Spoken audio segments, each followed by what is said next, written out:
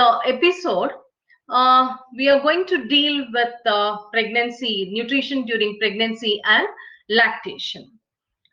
So, we all know that these two physiological period is very crucial period wherein nutrition is very important or nutrients are very important for both the mother as well as the baby before and after birth also.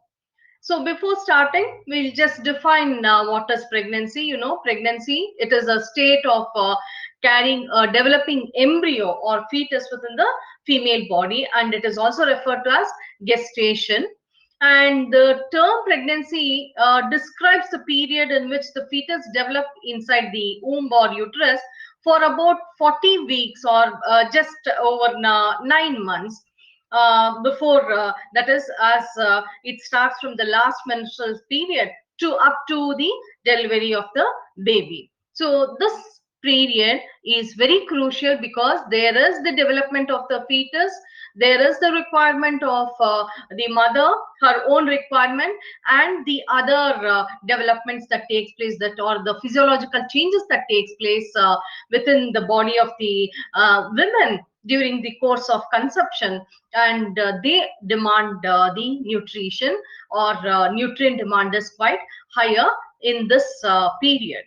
So that is why we say nutrition is very important. So it continues even after the birth, because you know, again, the baby depends upon the mother, and for the food supplementation or the nutrient supplementation is again continued after the birth also. So that we say that nutrition requirement increases tremendously during pregnancy as well as lactation, as the expectant or the nursing mother not only has to nourish herself but also the growing fetus and the infant who is being breastfed.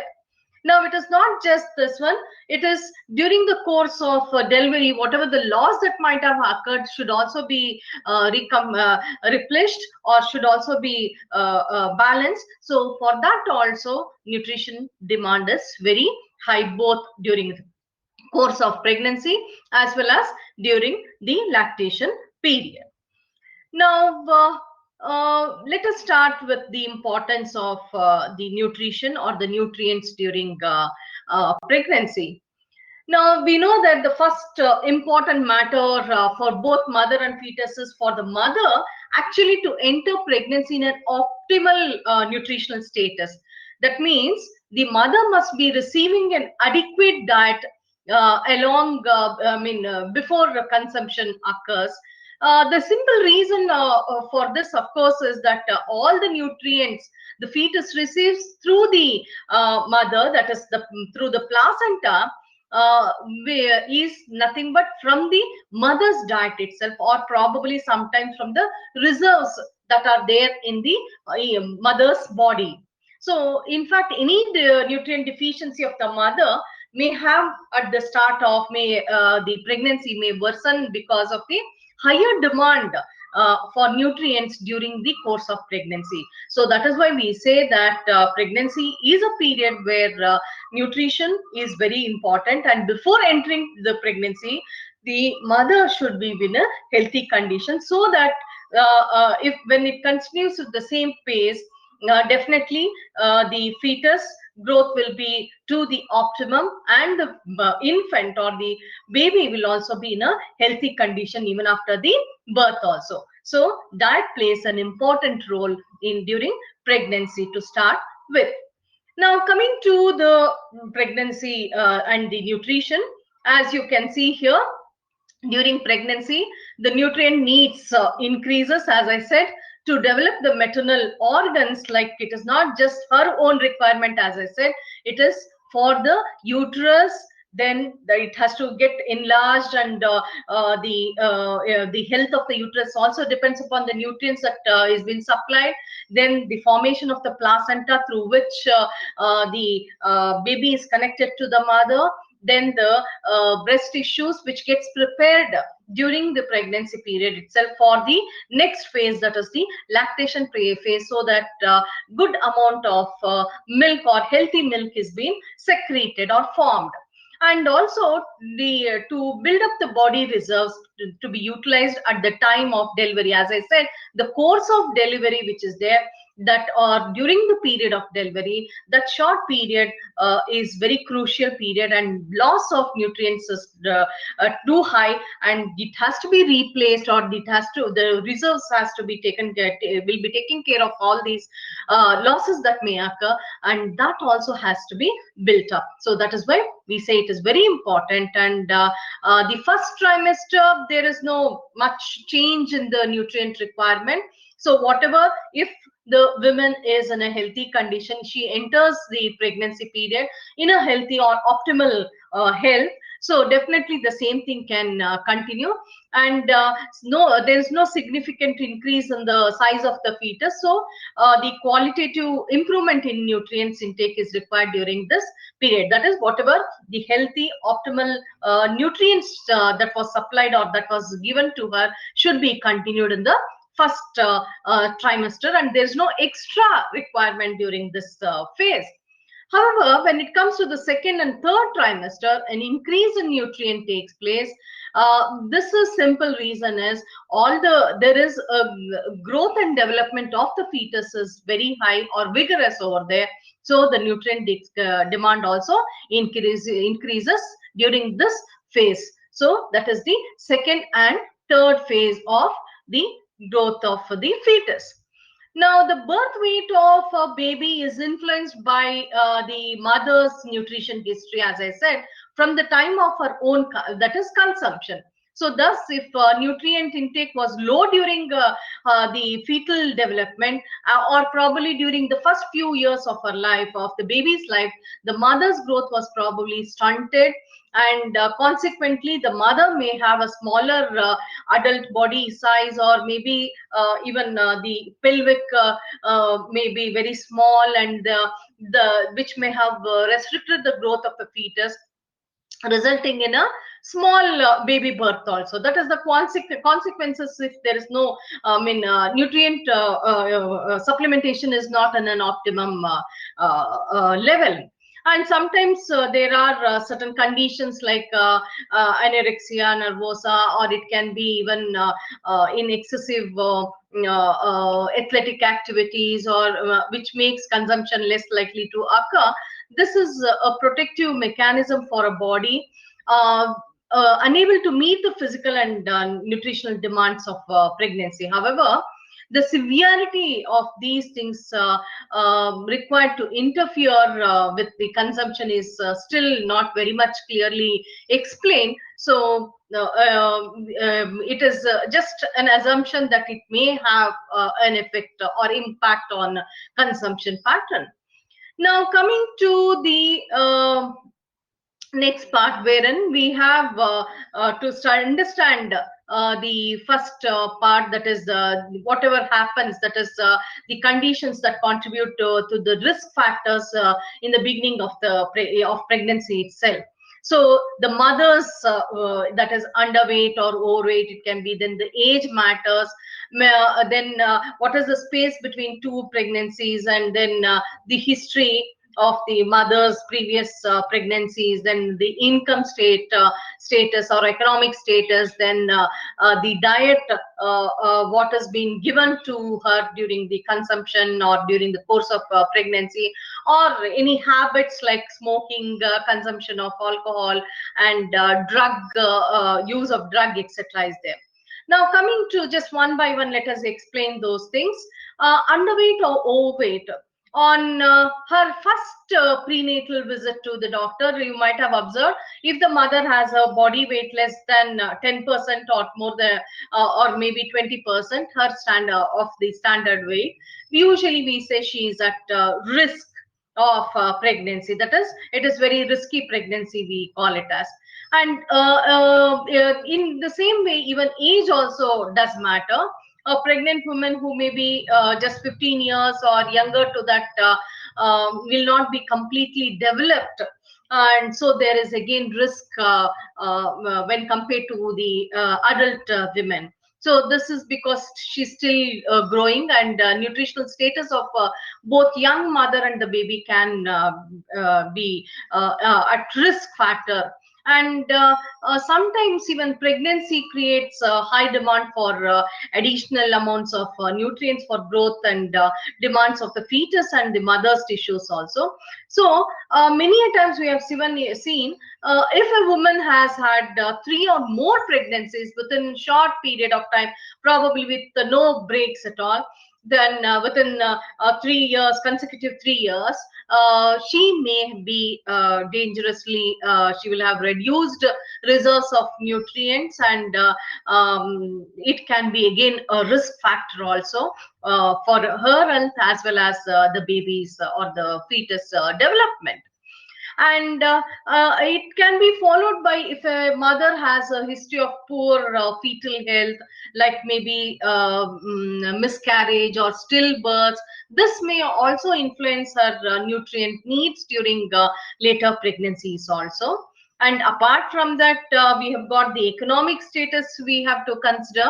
And and along with economic status, definitely education regarding nutrition or nourishing food and the food choice is very important over there. So naturally, there may be like a risk factor again for a pregnant lady if they don't have enough knowledge about what should be consumed, what is the proper diet that should be provided to or given to the mother who is carrying, or even during the lactation period.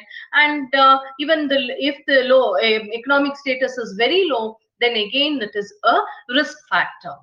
Then apart from that, if the mother is on some modified diet, like maybe therapeutic diet with some kind of chronic disease, like it can be diabetes or coronary heart disease, or it may be hypertension also, she may also have to cut down. That is, she may be deprived of certain nutrients which may be essential for pregnancy, and these diets are usually adequate for the non-pregnant women, but for a pregnant women with or on a therapeutic diet may not sufficiently meet the demand during those that period, that is pregnancy period. And because there is an increased nutrient demand of for during the course of pregnancy. Then apart from that, definitely smoking, consumption of alcohol and drug abuse is there. Smoking, definitely we all know, reduces appetite and thereby reducing nutrient intake, and it is a risk factor. Then alcohol, if you just take alcohol, provides calories but no nutrients at all, and it will also interfere with the normal development of the fetus and also affects the mother's health. And women who spend who are consuming more of alcohol, or even they are drug addict, may not have probably adequate diet during or even before pregnancy also.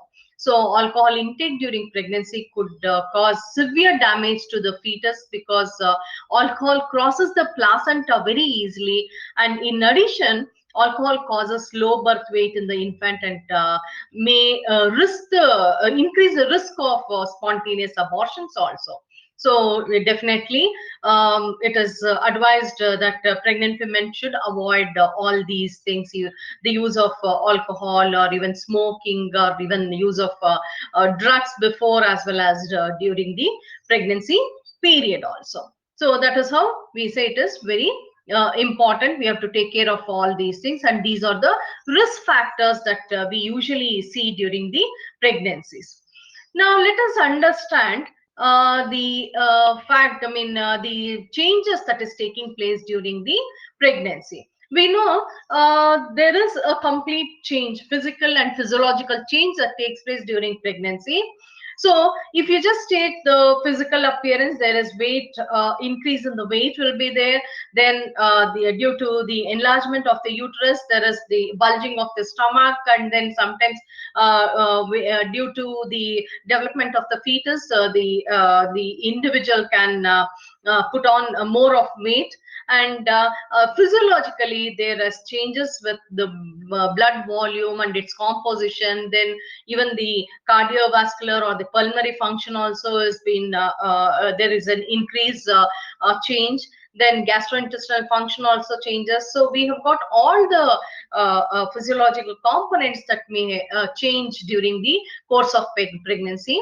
So we will just study these in one by one. So let us start with the changes during pregnancy. Now, as I said, during pregnancy, many physiological, biochemical, and hormonal changes occur that influence the need for nutrients and the efficiency with which the body uses them. Now, beginning with the first trimester, there is no much change over there. However, we can see the total blood plasma volume is known to increase by about just 33 to 40 or 50%. And at the same time, the increase in the rate at which blood filters through the kidney increases the ability of the mother to excrete the waste products. So this helps in the circulation of to help all these things in the circulation of this, the larger amount of blood and the capacity of the heart to pump the fluid also naturally increases. So in addition to the increase in the fluid within the circular system, even intracellular water increases the total fluid. Therefore, there will be a total increase in the body water. Now, let us start one by one with the blood volume and the composition. Now, physiological, as I said, physiological both and the biochemical changes that occur during normal pregnancy include a expansion in the volume of the blood to around 50%, resulting in a decrease in the hemoglobin as well as serum albumin and other serum protein concentration, as well as water soluble vitamin concentration. So the decline in the serum albumin concentration may contribute to the extracellular water accumulation, or maybe sometimes we call it as edema also. Now, the decrease in the water soluble vitamin concentration makes determination to an adequate nutrient intake or a deficient nutritional status also.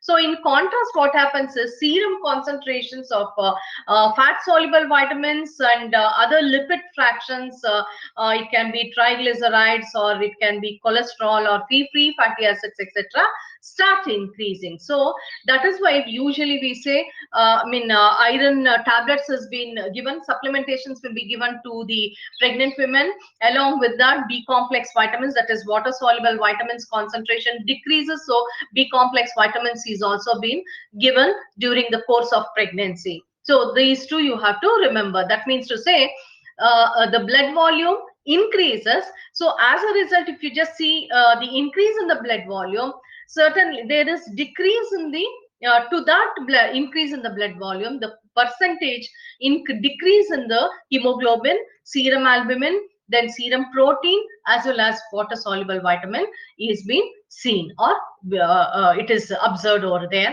And naturally the supplements has to be given. Now, coming to the cardiovascular and the pulmonary functions, if you just say cardiac output, we just saw that there is a rush in the nutrient absorption, and then the kidney working capacity also increases. So naturally, to make it work more, the blood has to be, the energy has to be supplied. So there is a pressure for the cardiovascular, that is cardiac output increases during pregnancy, and the cardiac size increases by around 12%. Now, systolic, if you just take the blood pressure, diastolic pressure decreases during the first 2 trimester because of the peripheral vasodilation, but returns to pre-pregnancy levels by the end of the 3rd trimester. So mild or lower extremity edema, if you just see, is a normal condition in pregnancy. This may be resulting from the pressure of expanding the uterus on the inferior vena cava itself. Now the blood returns to the heart, decreases, leading to decreased cardiac output. So as a decrease in the blood pressure and the lower extremity edema also. That is also seen once the outcome of pregnancy is there. Now, mild physiologic lower extremity edema is associated with slightly larger babies sometimes, and a low rate of prematurity is also seen. But if they have got any episode or prior to that, if the mother is susceptible, there may be certain, sometimes there may be increase in the blood pressure, and it can lead to that is gestational hypertension also over there. So that is a different entity, but normally the that is cardiovascular and pulmonary function increases. Now, maternal oxygen requirement increases as the threshold of carbon dioxide decreases, making the mother very dysenteric. Now, coming to the gastrointestinal tract, during pregnancy, the gastrointestinal system changes in several ways that affect the nutritional status. Probably, you might have observed in the first trimester, the mother experienced nausea and vomiting, which may be followed by a return of a possibly the ravenous of appetite, and sometimes cravings for and aversion to certain foods, or craving for certain foods may be accompanied by a decreased ability to taste saltiness. That is also there. So there may be variation depending upon the individual. There is variation. Sometimes some mother may not experience nausea or vomiting, and it may be just for the first trimester. In some cases, we have seen that nausea and vomiting continues for the whole 3 trimesters also. So that is also there. Now, increased progesterone concentration relax the uterine muscle to allow for fetal growth, but they also decrease the gastrointestinal motility and increase the reabsorption of water, often resulting in constipation. That is, usually we see the complaint during pregnancy is the constipation. Now, there is also a notion that sometimes if you just go to the rural area, they say because of the supplementation of iron, these problems are there. That is, constipation is very common, but it is just a belief. Actually, it is not related to the iron supplementation. Only sometimes the color may be there, the fecal matter color may be darkened due to the iron content.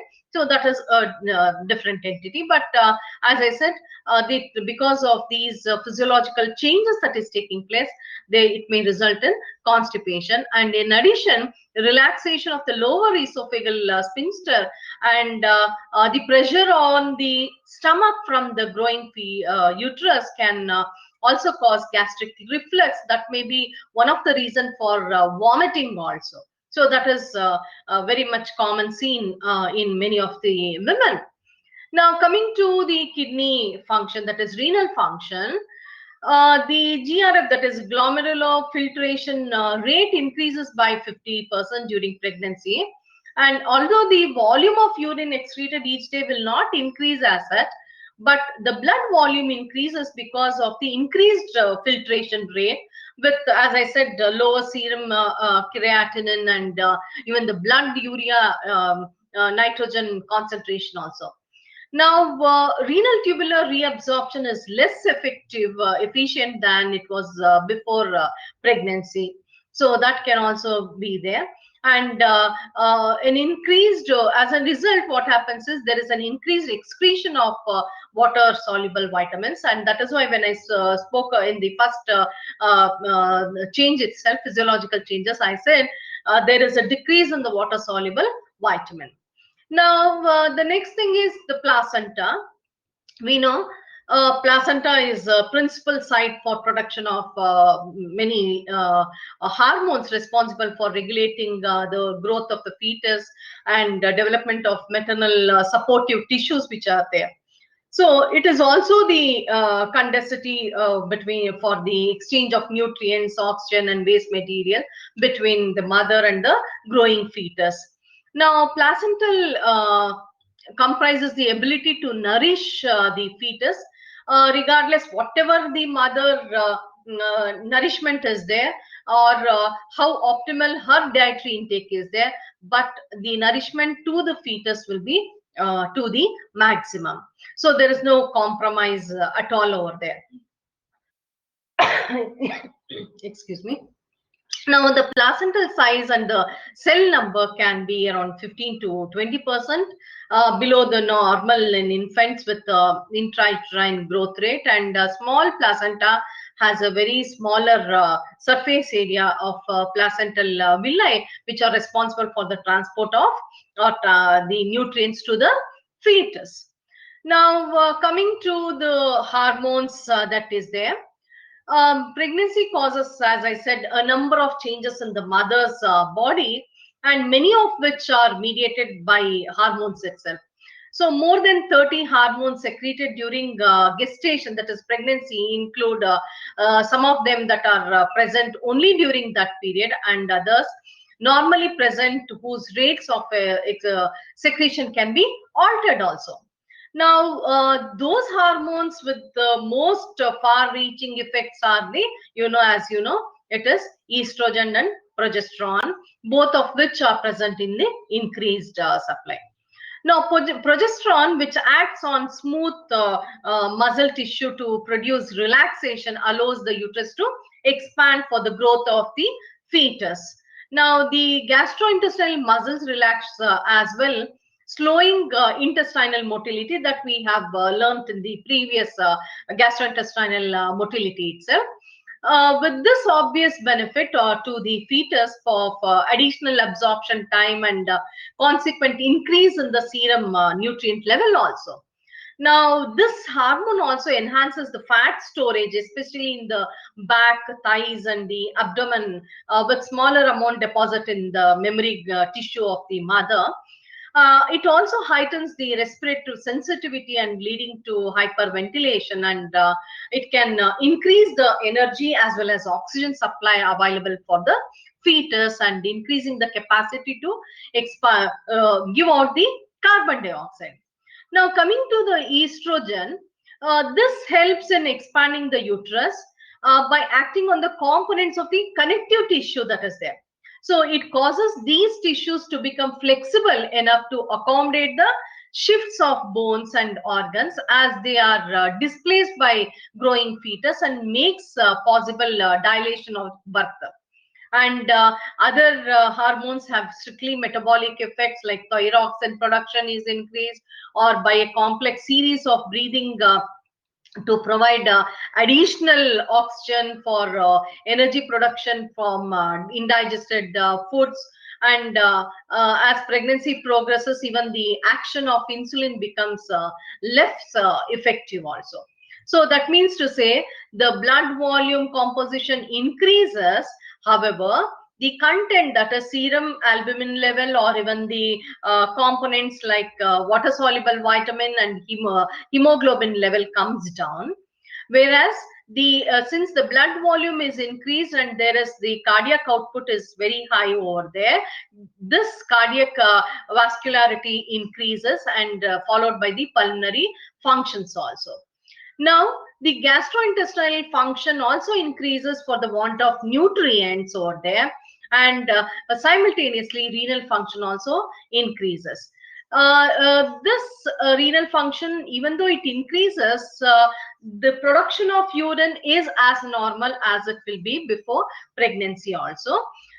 This will be followed by that is the placenta, which is there, since it is the only via through which the nutrient is supplied from the mother to the fetus.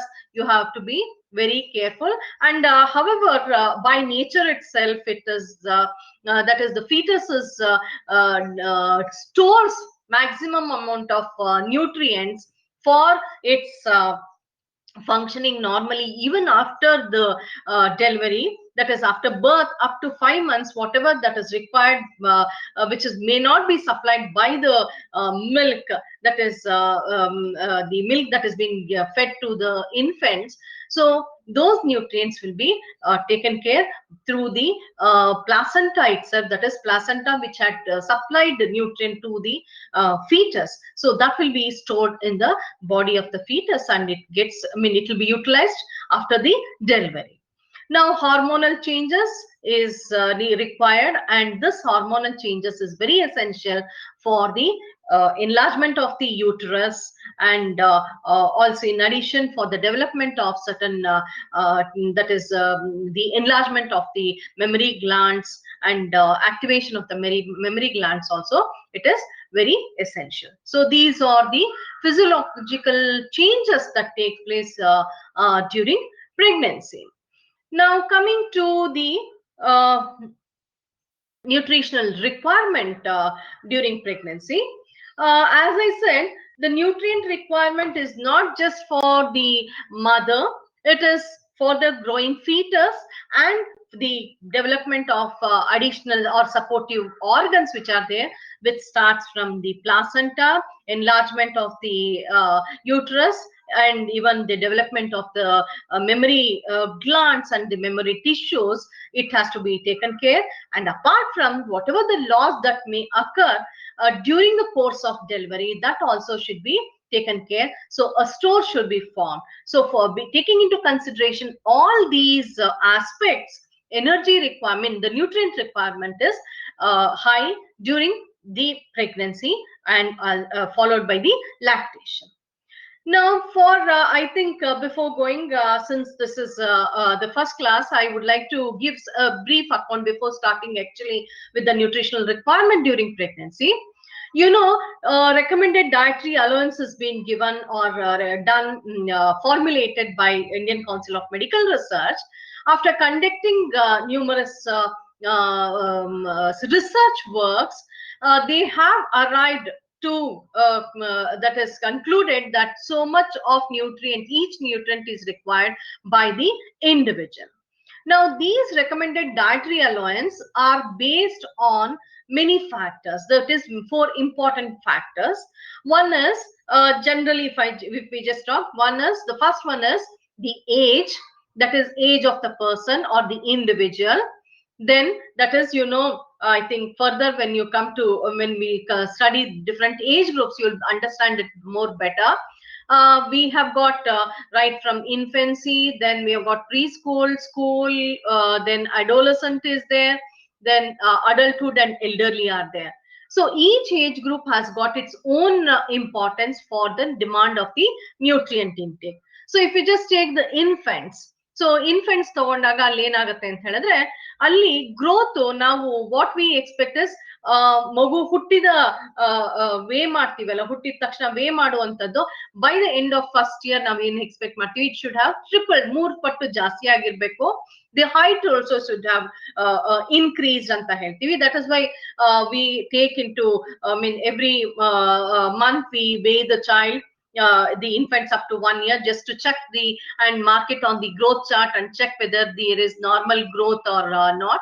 And the same thing, even it is continued even in up to 6 years also.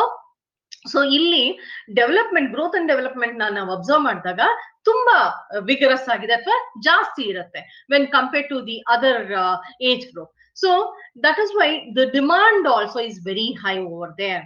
So ನಾವು ಇಲ್ಲಿ total surface area ಮಗುದು ತಗೊಂಡಾಗ, when you compare the requirement of that infant to that of the adult ತಗೊಂಡಾಗ, even the total surface area of the adult person is two high, but here for the infant the requirement of nutrients per total surface area ತಗೊಂಡಾಗ it is too high compared to that of the adult over there. So ಹಾಗಾಗಿ ಇಲ್ಲಿ demand ಜಾಸ್ತಿ ಆಗುತ್ತೆ. Next it continues even in the pre school child also. ಇಲ್ಲಿ growth development complete ಆಗಿರೋದಿಲ್ಲ 1 year ಒಳಗೆ, it continues and it goes up to 6 years, where in infection, that is immunity ಅಥವಾ immune system ನ strengthen ಮಾಡುವಂತಹ age continue ಆಗ್ತಾ ಹೋಗುತ್ತೆ. So ಅಲ್ಲಿ ಅಂಗಾಂಗಗಳು correct ಆಗಿ ಗ್ರೋತ್ ಆಗಿದ್ರು ಕೂಡ ಈ ಒಂದು ಇಮ್ಯೂನ್ ಸಿಸ್ಟಮ್ ಏನಿದೆಯೋ ಅದು ಕಂಟಿನ್ಯೂ ಆಗ್ತಾ ಇರೋದ್ರಿಂದ, so there will be again a greater demand. Any deficiency or any deficit in the supply of the nutrients can lead to different consequences, especially even the first 6 years enido, that is very critical period, and you have to concentrate on nutrients, and nutrients are at a greater demand. When you come to the school age, the growth is there, but it slows down in a lower pace when compared to that of the previous, that is infancy ಅಥವಾ ನಾವು pre school ಅಲ್ಲಿ ನೋಡೋದಕ್ಕಿಂತ ಇಲ್ಲಿ ಸ್ವಲ್ಪ ಕಡಿಮೆ ಆಗ್ತಾ ಇರುತ್ತೆ.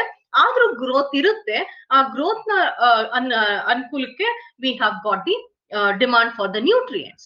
Whereas when you come to the adolescent, ಯವನಾವಸ್ಥೆಗೆ ಬಂದಾಗ ಅಲ್ಲಿ ಏನಾಗುತ್ತೆ ಅಂದ್ರೆ ಸೆಕೆಂಡರಿ ಬಾಡಿ ಡೆವಲಪ್ಮೆಂಟ್ ಆಗುತ್ತೆ. There is hormonal changes there. Then body development ಅಂದ್ರೆ ಸೆಕೆಂಡರಿ ಸೆಕ್ಷುವಲ್ ಆರ್ಗನ್ಸ್ ಇರಬಹುದು. ಈ ಇದೆಲ್ಲ getting prepare to the adulthood ಅಂತ ಏನ್ ಹೇಳ್ತೀವಿ, ಅಡಲ್ಟ್ಹುಡ್ ಗೆ ಬೇಕಾಗುವಂತಹ ಒಂದು ವಾತಾವರಣ ಅಥವಾ ಒಂದು ಗ್ರೋತ್ ಅಂಡ್ ಡೆವಲಪ್ಮೆಂಟ್ ಏನಿರುತ್ತೋ ಅದನ್ನ physically as well as physiologically the body starts getting prepared. So ಅದಕ್ಕೂ ಕೂಡ demand of the nutrients is very high. So ಹಾಗಾಗಿ ಅಲ್ಲೂ ಕೂಡ ನಾವು ಕಾನ್ಸಂಟ್ರೇಟ್ ಮಾಡ್ಬೇಕಾಗತ್ತೆ ನಾವು ಪೌಷ್ಟಿಕಾಂಶಗಳ ಮೇಲೆ. ಹಾಗೆ when you come to the adulthood, ಅಲ್ಲಿ ನಾವು ಗ್ರೋತ್ ಇರೋದಿಲ್ಲ, ಅಂದ್ರೆ ಉದ್ದನ ಗ್ರೋತ್ ಇರೋದಿಲ್ಲ, ವರ್ಟಿಕಲ್ ಗ್ರೋತ್ ಇರಲ್ಲ. ಡೆಫಿನೆಟ್ಲಿ ಹಾರಿಜಾಂಟಲ್ ಗ್ರೋತ್ ಎಷ್ಟ್ ಬೇಕಾದ್ರೂ ನಮ್ಮ ಇಚ್ಛೆಗೆ ತಕ್ಕ ಹಾಗೆ ನಾವು ಮಾಡ್ಕೋಬಹುದು. So that will be there, but of course it is not good. See, once the growth is completed, it is ended up, then it is only the maintenance of the body. So maintenance of the body and it can be either the health of the body or coming to the minor this thing, it can be the tissues or whatever it is. So maintenance of the health of the individual is very important, and we try to concentrate on that. And that is why again the nutrient requirement different, the nutrient requirement and its function changes over there. Illi previously it was growth and development along with the maintenance irbodu, along with taking care of good health irbodu, but there was a burden, that is growth and development itto. Adre illi adulthood alli it is not so. It is, I mean, maintenance of the body and keeping in a good health, that is our main aim and the nutrient aim also. So it continues even in the elderly also. So elderly ವಯಸ್ಸಾದಾಗ ಕೂಡ ಇದನ್ನ continue ಮಾಡ್ತೀವಿ, but the demand changes there. Why ಅಂತ ಹೇಳಿದ್ರೆ it will be in a declined manner. Various reasons are there. So various reasons ಅಂತ ಹೇಳಿದ್ರೆ it can be the I mean physical activity ಅಷ್ಟಿಲ್ಲದೆ ಇರಬಹುದು. So many things are there. So ಹಾಗಾಗಿ ಅವರ nutrient requirement ಸ್ವಲ್ಪ decline ಆಗ್ತಾ ಇರುತ್ತೆ. So that but there is the demand for nutrition or the nutrients with quality, just as we see in the infancy as well as in the growing period, and that is preschool ವರ್ಗುನು ನಾವು quality ಕೂಡ ನೋಡ್ತೀವಿ, quantity ಜೊತೆಗೆ quality ಕೂಡ ನೋಡ್ತೀವಿ. So ಹಾಗೇನೆ ಇಲ್ಲಿ elderly ಕೂಡ ನಾವು ಕ್ವಾಲಿಟಿನ ನಾವು ಗಮನದಲ್ಲಿ ಇಟ್ಕೊಳ್ಬೇಕಾಗತ್ತೆ. So that is there. So that means to say at every stage of life there is the demand for nutrients, and the nutrients play a role, vital role according to the age that is there. So ಇದು recommended dietary allowance ಅಲ್ಲಿ age wise ಒಂದು ತಗೊಂಡಿದ್ದಾರೆ. ಅದ ನಂತರ another important aspect is ಇಲ್ಲಿ sex. ಅಂದ್ರೆ ಗಂಡು ಮಕ್ಕಳು ಅಥವಾ ಹೆಣ್ಮಕ್ಳನ್ನ ನಾವು ತಗೊಂಡಾಗ ನ್ಯಾಚುರಲಿ ಗಂಡು ಮಕ್ಕಳು ಕನ್ಸಂಪ್ಷನ್ ಪ್ಯಾಟರ್ನ್ ನಾವು ತಗೊಂಡಾಗ they consume more than that of the female, ಅಥವಾ ಹೆಣ್ಣು ಮಕ್ಕಳಲ್ಲಿ ಕಡಿಮೆ ಪ್ರಮಾಣದಲ್ಲಿ ಆಹಾರ ಸೇವಿಸೋದು ಇದೆ. It is not, I mean okay, I'll just stick to the English this thing itself. So I'll come to the other part of these things, I mean questions and queries.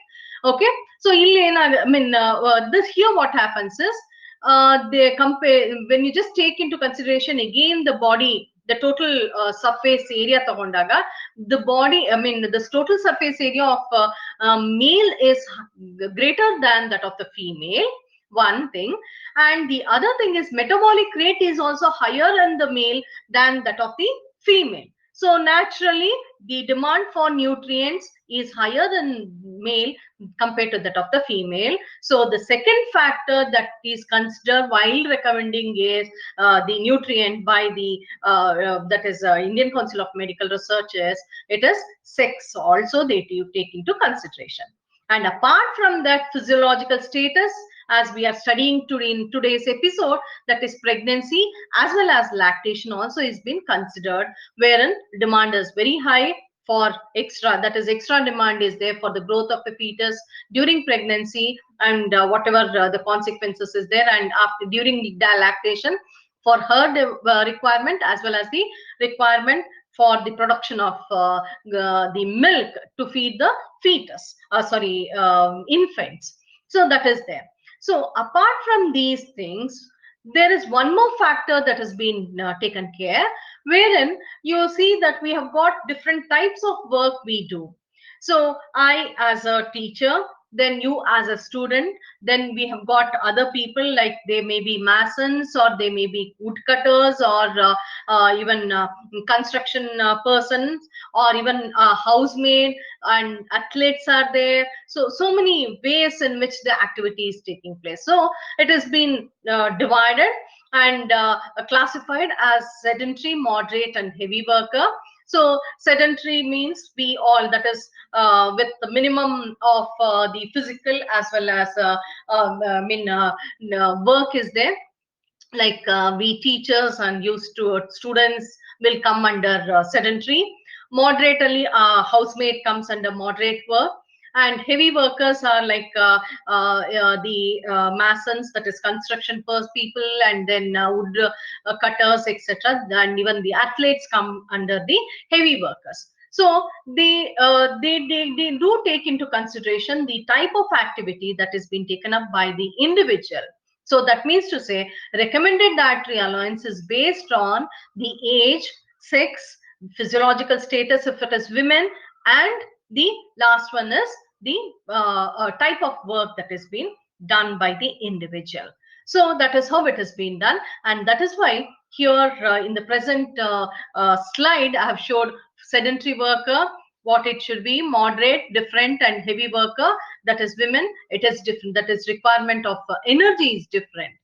Now when you come back to the nutritional requirement during pregnancy, there is, as I said, the nutrient requirement is in an increased manner, or demand is very high for some of the nutrients. So total energy requirement is also increased. So an addition of around 300 kilocalories on the basic requirement of that women, whether she is a sedentary or moderate or heavy worker, will be added, and that is how the requirement, that is energy, is being estimated, and it has been given. Now the energy is, I mean, what is, why it is increased? So the caloric requirement of pregnant women is mostly increased in the not in the first trimester. As I said, in the first trimester there is no much demand over there. Whatever the pre-gravid or the before consumption, whatever the healthy way in which the mother was consuming food, or a balanced diet if she is taking, so she can continue in the first trimester, that is first 3 months. But however, there is an increase in the later half of the pregnancy, that is especially in the second and the third trimester, there is an increase in the demand for the energy also. Any decrease in the activity of the mother depresses the naturally chronic, caloric requirement or the energy requirement. So it is very evident that normal pregnancy calls for a considerable weight gain over, and about that is, it actually represents, the weight gain represents the size of the fetus. Now the fat that accumulates throughout pregnancy acts as a energy reserve over there. So when the supply of calories are inadequate, these fats may be utilized to provide energy for the growth of the, that is rapid growth of the fetus, and to spare the proteins for the tissues that has been required, that is growth of the tissues also for the fetus itself. Now the increase in energy is to support the growth of the fetus, then the placenta, maternal tissue, as well as for the increase in the basal metabolic rate due to the additional work of growing fetus, and increase in the maternal body size. You can see the body size also in will be very big. So that is why the demand for the calorie is high, and extra the additional of 300 kilocalories has been added on the basic calorie requirement of hers. So that is how it is. Now coming to the proteins. Now, the normal protein requirement of women weighing around 50 kgs is it is 1 gram per kg body weight. It is the 1 gram per kg body weight. So, if the woman is weighing around 50 kgs, so the requirement of protein is 50 grams itself. But during pregnancy, there is an addition of 15 grams. That is, 50 plus 15 will become 65 grams, and this additional protein is essential to meet many demands, that is especially the tissue demands. They are nothing but, again I repeat it, rapid growth of the fetus, enlargement of the uterus, then the mammary glands and the placenta, then increased in the maternal circulating blood volume, and subsequent demand for increased plasma protein to maintain the colloidal osmotic pressure and circulation of tissue fluid is there. So you have to remember, even the formation of amniotic fluid also is very essential. So amniotic fluid and storage reserves for labor, that is during the course of pregnancy or the delivery, and also the lactation. Then the transfer of the proteins, that is especially the amino acids from the mother to the fetus, is also very essential. So that is why protein requirement is very, very high. That is 15 grams has been added for the throughout the pregnancy. Now, suppose if the protein requirement is not met, so what happens? So there is increased risk of protein pregnancy.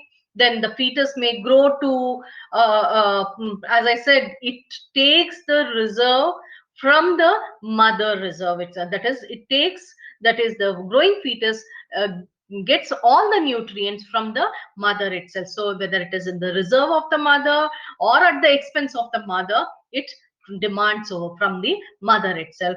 And probably it is risk factor for the mother also, and maximum growth of the baby cannot be obtained. So low birth weight or many things will be there, consequences will be there. And number of cells in tissues, particularly in the brain, that is brain development, will be affected. And that is why we say protein should be provided in a proper amount. Just to summarize these things, that is especially protein, I'm emphasizing, it is not just the mother's requirement, it is her reserve, then the growth of the fetus, then the enlargement of the uterus, and the enlargement of the development of the mammary glands, then amniotic fluid is there, placenta is there. So all these things, and the reserve of the fetus, all these things require, I mean, demand for more of proteins. All these are protein in nature, so it demands for the protein over there, and consequence may have drastic effect on both the mother as well as the fetus. Maybe the mother loses her reserve, and risk factor is on her life also, or sometimes the baby also will be at risk because of the insufficient or deficiency in the supply of proteins by the mother itself. She may be deficient before pregnancy, so if it continues in the same manner, definitely that gets affected. And apart from that, again, as I said, it will have consequences on during the course of delivery also. And especially in the third trimester, that is mid second trimester to the third trimester, development of the vital organs in the baby takes place. And if there is any deficiency in the protein requirement, naturally it affects the development of those organs, especially the brain cells count can be very less, which affects the development of the fetus, that is the brain of the fetus. So I've just summarized here. I have taken this slide.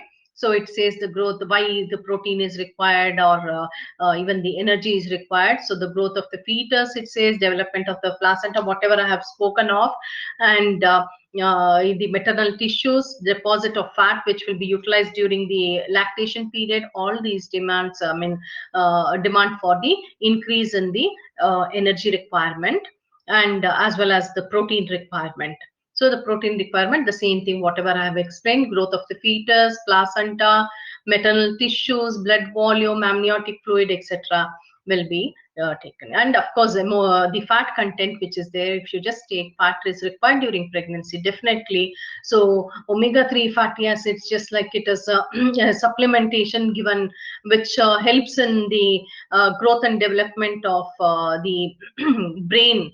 Um, of the fetus, and it is required for the fetal visual development. That is the whole, as I said, in the especially in the second half of the second trimester, continued in the third trimester, the development of the vital organs takes place. So it like it will be there will be a great demand for even the fat content also.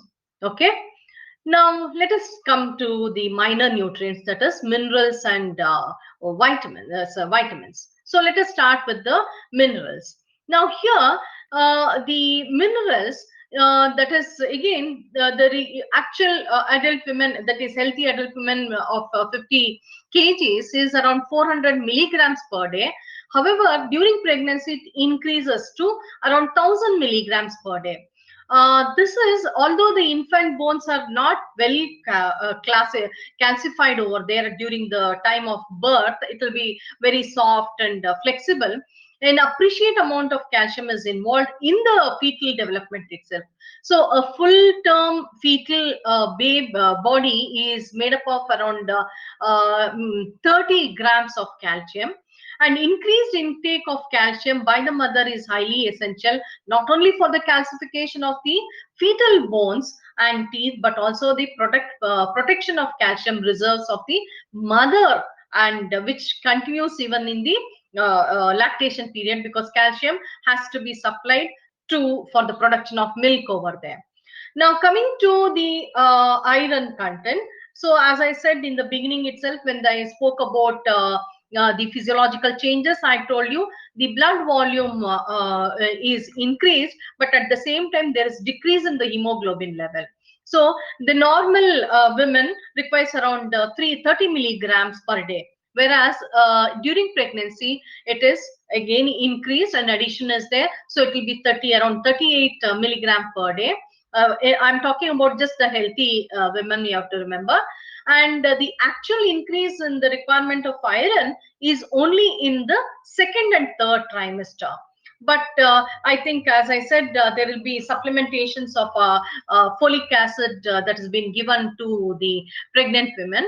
So, but a single large dose of iron at the beginning of pregnancy is an effective way to build up iron stores and to protect against any depletion in the reserve of mother. So this avoids iron deficiency when she enters pregnancy, and with a store of at least 300 milligrams of iron in her store. So that means to say, before entering pregnancy, the women should be very healthy and should have good amount of, that is, should the hemoglobin level should be in a normal healthy condition. Now, the other minerals, like normal requirement is enough, and the iodine content, I think iodized salt, what we are consuming, is more than enough to provide iodine also. So, normal requirements are insufficient during pregnancy, especially if the mother belongs to younger age group, that is, especially the adolescent group.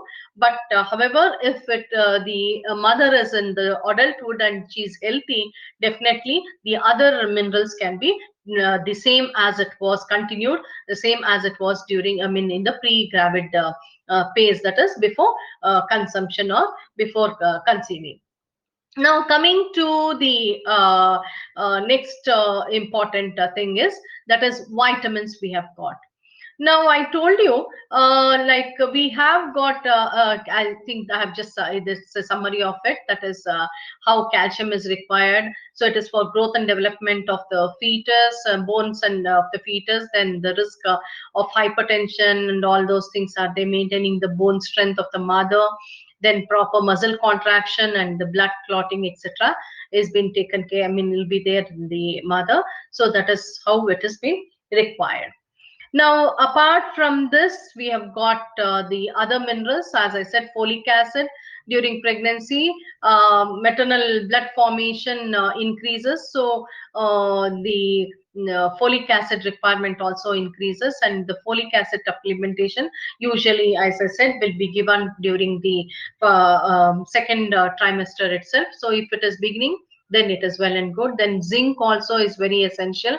So zinc is very essential for normal or healthy cell formation, especially the RNA and DNA and RNA, which has got an important role to perform during in the reproduction. And deficiency can result in unsuccessful pregnancy or even the lactation or abnormal development also can be there. So iodine, as I said, it is a risk factor. If mother is deficient that is before pregnancy, or if she enters with iodine deficiency, then definitely it is a risk factor. So iodine supplementation has to be given to the mother. Otherwise, the consequences is it will hamper the growth and development of the brain of the fetus. So you have to be very careful with this. Now coming to the next nutrient, that is vitamins. Now here, vitamins, that is especially vitamin A, if you just take normal requirement of vitamin A of an adult woman is around 2400 microgram, and the same can be continued. Vitamin A requirement during pregnancy is based on the vitamin content of livers of the newborn, and additional intake of vitamin A requirement is around 25 milligrams per day throughout the pregnancy itself. Coming to vitamin D, you know, vitamin D has been associated with calcium absorption.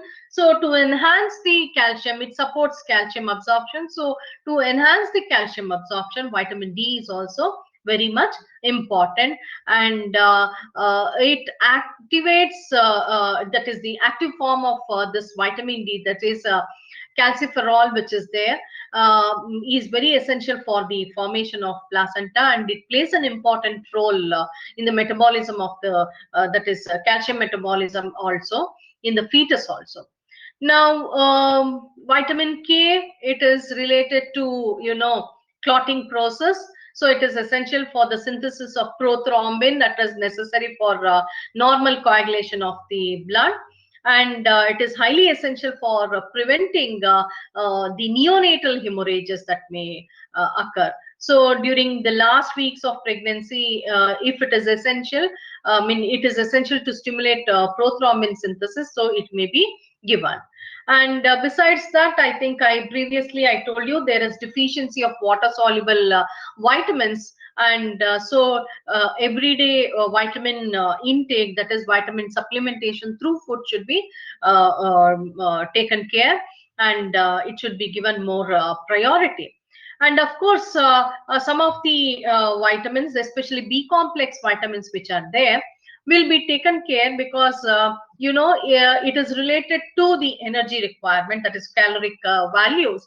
So once the calorie is increased, naturally the B complex vitamins, that is thiamine, niacin, and riboflavin, will also be automatically increased. So there is an increase, that is addition of 0 0.5 milligrams of thiamine, and 0.2 milligrams per day of riboflavin, and again 0.5 milligrams of pyridoxine is also being given to the pregnant women, as recommended by Indian Council of Medical Research. So coming to vitamin B6, here again it is increase, it will be the same as it was in the normal women, and this is also associated, like low maternal levels are associated with prematurity. That is why B vitamin also should be, that is especially vitamin B6 and B12 should all be taken care, that is supplementation through the diet should be given. So that is very important. Now coming to vitamin C, there is no change. It is as it was for the normal women. The fetal requirement is very small, and sufficient safety margin is being given by the allowance itself, that is 40 milligrams, which is there. So there is no extra allowance at all. So it takes care of the vitamin C also. So that means to say that vitamins the B complex vitamins, especially niacin, then all the riboflavin and thiamine will be increased as the calorie also increases automatically. And the folic acid definitely should be increased because it is related to the iron content. So iron and folic acid supplementation will be definitely given to the pregnant women. So it should continue throughout the pregnancy. And apart from that, we have got vitamin A, which is also the same as it was a normal condition. Only thing is vitamin D should be supported. I mean, because it supports the absorption. So it should be supplied because it supports the absorption of calcium. So exposure to sunlight is definitely very essential. That is, you have to come out and expose yourself. That is, the pregnant women can go out and expose to the direct sunlight so that vitamin D can be prepared. Now, coming to the next part, that is, I think, vitamins and minerals. Again, there is the reasons here I have quoted. So, why it is required? Vitamin K is required for the coagulation, so that it prevents any hemorrhages that may occur in the infants itself, or even in the during the course of pregnancy itself. So, that is what it is. Now coming to the next, that this is iron content. So whatever I have explained, that is iron content. It is required for the growth of the fetus, and then mother's that is maternal tissues, then content in the placenta and iron stores. Because you remember, I mean, once the fetus is grow, I mean, there is a birth of the baby.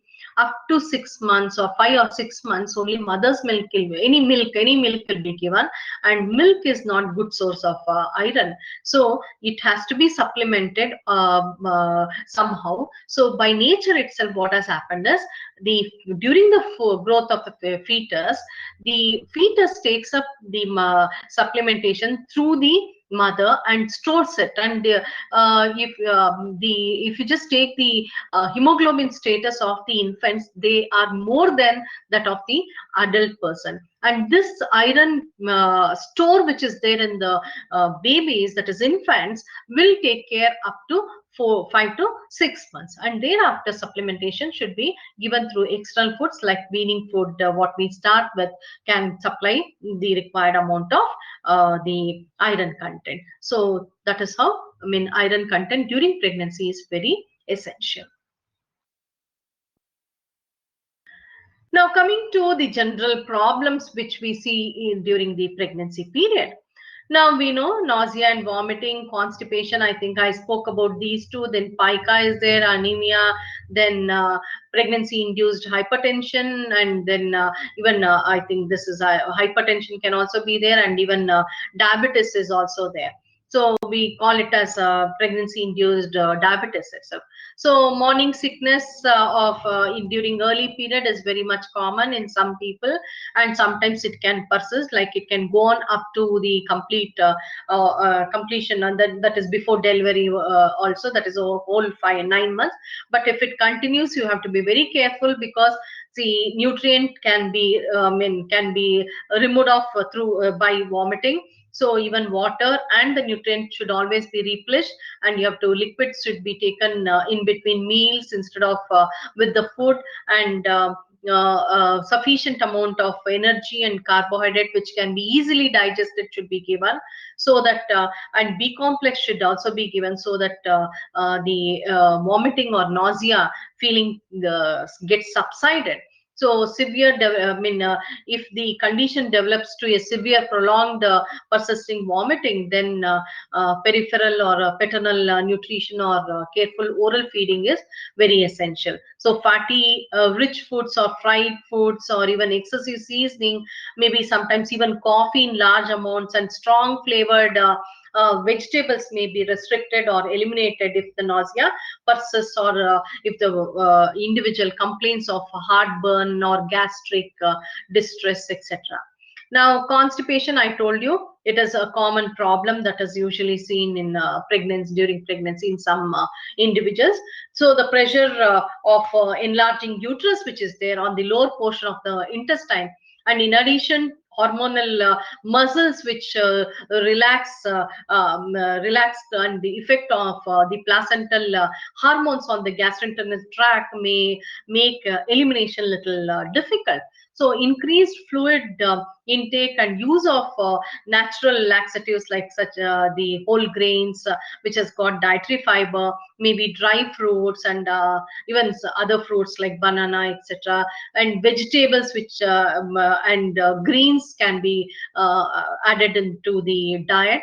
So juice usually induce irregularities and sorry regularities in elimination, and regular habit of exercise and sleep is very essential for elimination, that is avoiding constipation. Now pica, we all know, it is something, a craving which is there, and it is the consumption of non-food items. It can be starch, it can be gum, it can be ice cube, sometimes even clay is there. Clay also is being consumed during pregnancy.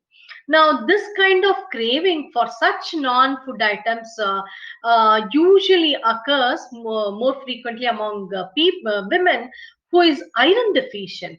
So there is no actual evidence over that, but however, there is a notion that like it is related to iron deficiency. For majority of women, pregnancy is medically uneventful, or too many women still do not receive adequate parental care, and sometimes it has been neglected to follow nutritional advice. Also, they may follow these pica or whatever it is. Now, anemia is also a common feature that has been seen during pregnancy. Now, there is, I said, physiological changes that is taking place, especially with the volume of the blood, which occurs progressively during normal pregnancy also.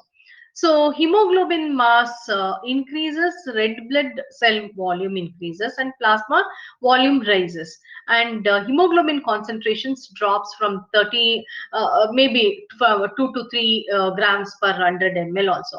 Now, severe anemia in pregnant women increases maternal morbidity, or it can be even mortality also. And of course, it is followed by risk factor, that is higher risk of the fetus.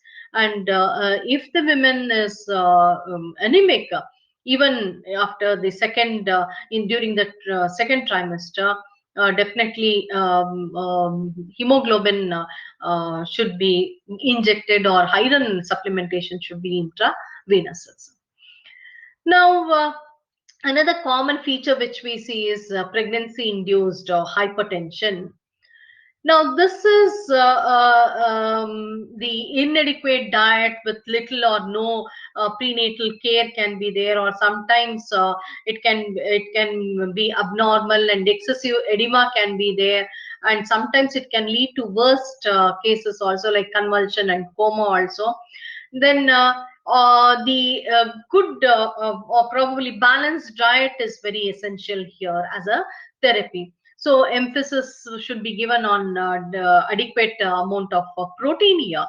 And in addition, adequate salt and sources of vitamins and minerals are also very essential, so that the metabolic maintenance of metabolic balance will be there, and there is a correction in the levels of blood also. Now, this hypertension can cause considerable maternal and fetal consequences also, like prevention of weight, extremity, underweight, or obesity also. Sometimes correction of any dietary deficiency, and maintenance of optimal nutritional status during pregnancy, and maybe even diabetes also.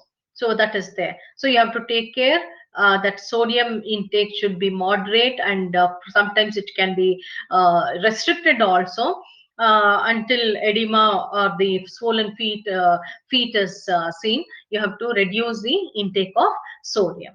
And diabetes during pregnancy is also very common. This can, after once the that is outcome of delivery, this gets subsided and comes to normal. So we call that also as gestational diabetes itself. So because there is an increased circulating blood volume and its load of metabolites, there may be variations here. So that also should be taken care, and probably you can avoid sugar content for to certain extent for during the pregnancy if there is any symptoms of diabetes during the course of pregnancy. So that is it. Now I just thought I can share these slides. So 40 weeks of pregnancy are a magical time, and keeping a healthy lifestyle throughout pregnancy as well as before or after is very important for a normal, successful pregnancy and continued successful lactation also. Now it is not just the nutrient here. You have to concentrate on even small activities also. Maybe a small walk, a slow walk, and also is also very important for the pregnant women. Now, eating a balanced diet, gaining the right amount of weight, and physical activity, as I said, regular physical activity, and taking the supplements that has been recommended by the doctor, like it can be the iron supplements or it can be the vitamin supplements, etc., should be taken care. And of course, as I said, use of alcohol, smoking, tobacco, etc., should be completely stopped or eliminated even before as well as after pregnancy. So, along with that, some of the tips that can be given us, how the way in which you are eating also. So irregular time, skipping of meals, or craving in between the food, that is in between food, craving for some rich snacks which are high in fat content, etc., should be completely avoided. So instead you can go for meals which 3 meals or 4 meals, and in between some healthy snacks can be taken, or fluids, more of fluids can be recommended.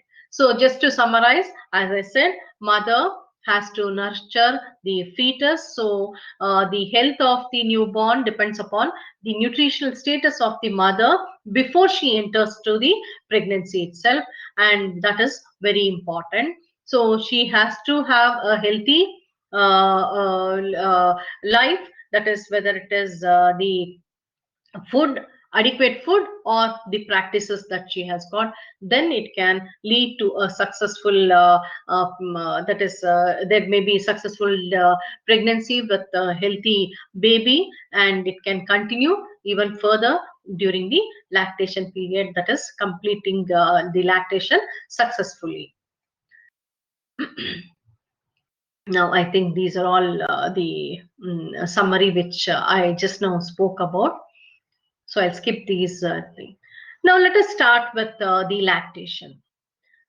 Now this is again the next half of the physiological change that is seen in the women.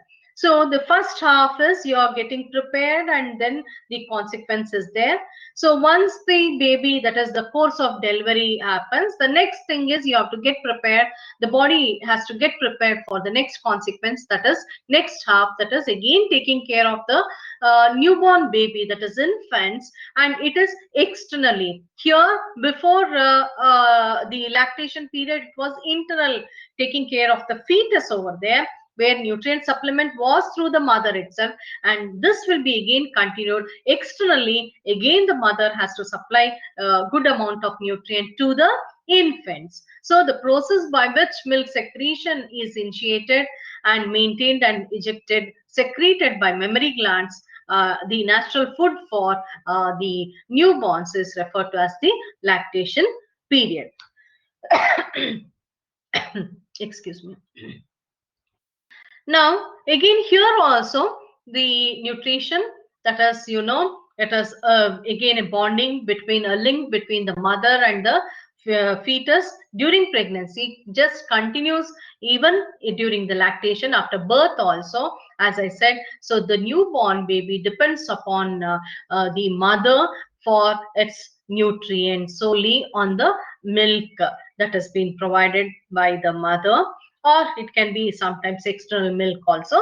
So that is a different consequence. So lactation is naturally demanding again, as you say, as I said, there is an increased demand for her, that is mother itself.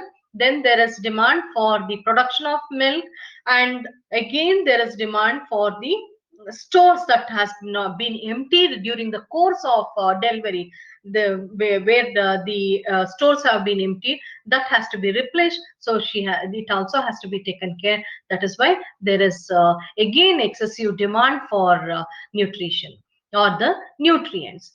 Now, mammary gland growth during menarche and pregnancy prepares the body for lactation. So the hormonal changes markedly increase the breast or the areola or the nipple size and growth of mammary ducts and the alveoli also.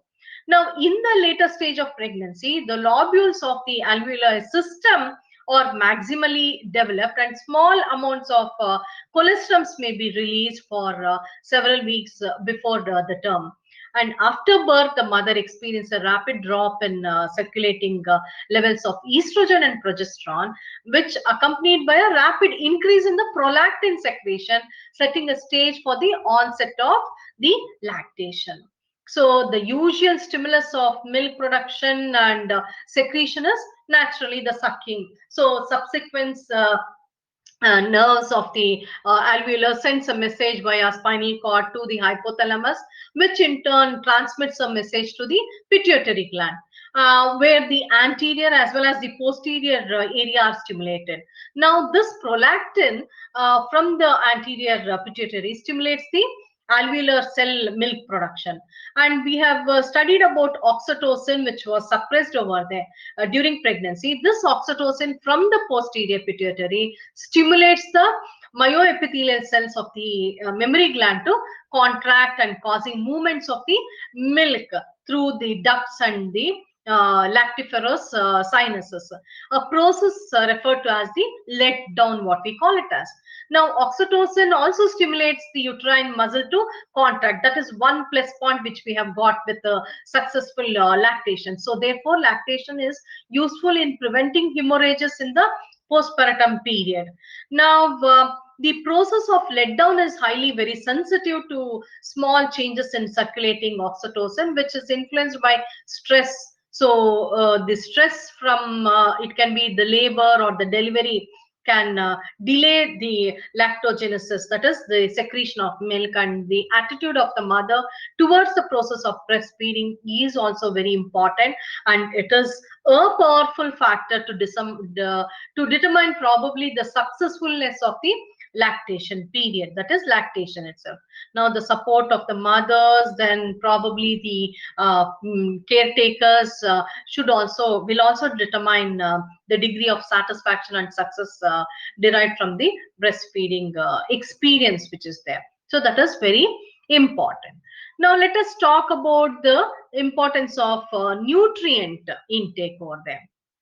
So that is why nutrition is very important during lactation. So during lactation, adequate nutrition is required, as infant derives all the nutrients from the mother's milk. So mother requires extra nutrients, so she has to nourish herself. Then, as I said, it also has to taken care of the lactation also, that is production of milk also. So the production of milk, quantity wise as well as quality wise, depends upon the nutrients that has been supplied to the mother during the course of the lactation. So that is very important, and that is why I said caretaker also is very important. That is, who is taking care of the mother and the baby, and who is giving food also is very important. So that is where any nutrition deficiency can lead to lower nutrient in the mother's milk. So it can be, that is, deficiency can be there and it cannot be supplied to the infants. So that is why nutrients are very important. And here again, energy, if you just take, energy again is increased here. Now the energy increase is high, as you have seen in the during pregnancy also. Now it directly is related to the milk production. Now, milk production is 80% efficient, and production of around 100 ml of milk requires around 85 kilocalories as an expenditure. That is, every 100 ml of milk produced will require 85 kilocalories of energy. So during the first 6 months, which we see, the average milk production will be around, in a healthy women, will be around 650 ml per day, and a recommendation is of around 550 kilocalories as an addition energy based on the her own requirement, that is normal requirement is being recommended. And thereafter, that is after 6 months, probably when there is introduction of weaning food, the allowances comes down, so it is around 400 kilocalories during the next 6 months. Now, in certain cases, like if the mother is obese and overweight, probably this 550 kilocalories may not be needed. But however, because maternal fat stores that is accumulated during the pregnancy period itself provides around 100 to 150 kilocalories of energy per day during the early months of the lactation period. So when the reserve of the fat is depleted, when it comes down, naturally dietary energy must be increased. So that is, if the mother intends to provide all or probably her infant's nutrition through the breast milk alone, it has to be taken care of.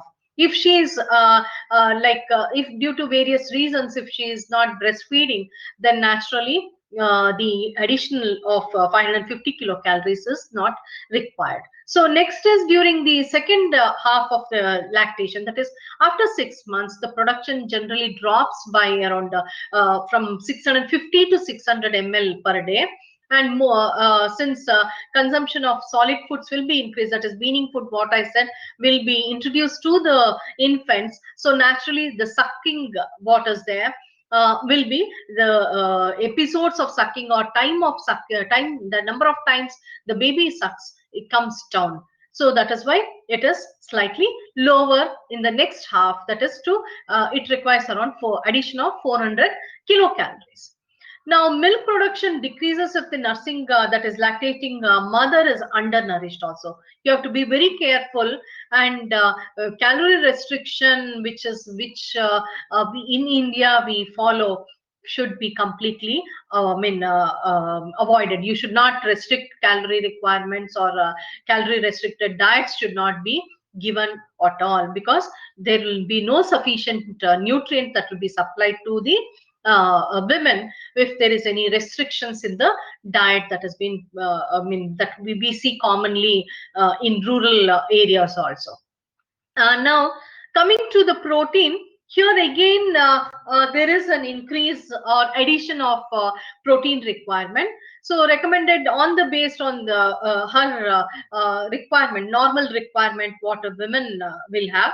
So the mother, for a lactating mother, an additional of 25 grams of protein on an average, that is to provide or to secrete or to produce 650 ml of milk, around 25 grams of protein addition has been required for the first 6 months, assuming that an efficiency of 70% in conservation of dietary protein to the milk, that is conversion is there, and it is induced, or gets transferred to the milk, that is around 70% what is consumed, with the extra 25 grams that has been given or to the mother, that protein will be taken, so out of that 70% will go into the milk that has been produced. Now, if the energy or protein is lacking, then there will be a reduction in the milk volume also, that is production of milk also. So, and even the quality of milk also comes down. So a low milk can be of low protein intake, and the proportion of calcium may be reduced also. So you have to be very careful with that.